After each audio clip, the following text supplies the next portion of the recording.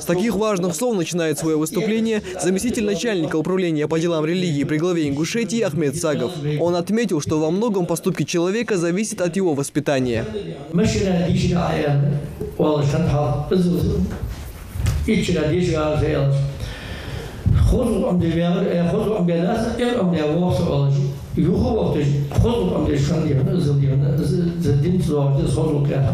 Ислам с самого начала распространялся не оружием, а достойными деяниями и добрым словом. Джихад никак не связан с терроризмом, утверждают религиозные деятели. По их мнению, нынешней молодежи не хватает истинных знаний о религии, которые помогут им понять, что же скрывается за словами лжепроповедников.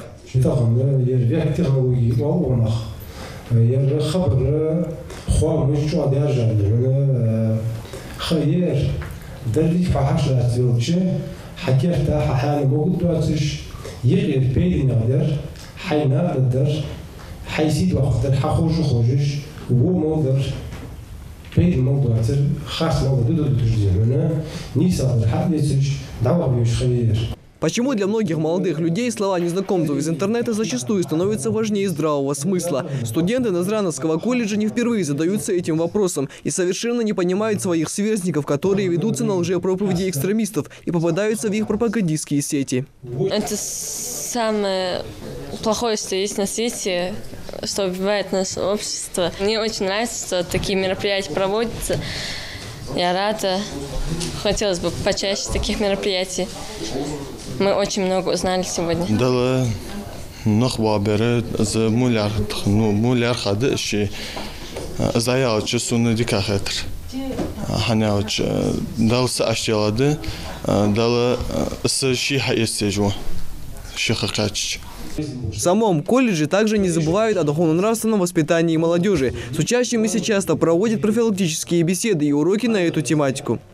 В каждой группе ими же, этим центром был предоставлен пакет документов, где есть памятки, как вести себя в той или иной ситуации, противостоять этому злу, и наши студенты знакомятся с этим. Это далеко не первая и не последняя беседа с молодежью, которую проводят сотрудники управления по делам религий. Главная цель такого общения – объяснить молодому поколению, что нельзя поддаваться радикальным учениям религиозных экстремистов.